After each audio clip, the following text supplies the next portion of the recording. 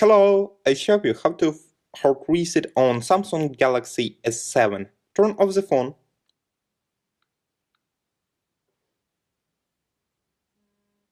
Next, press and hold the power button, volume up key and home button for a few seconds.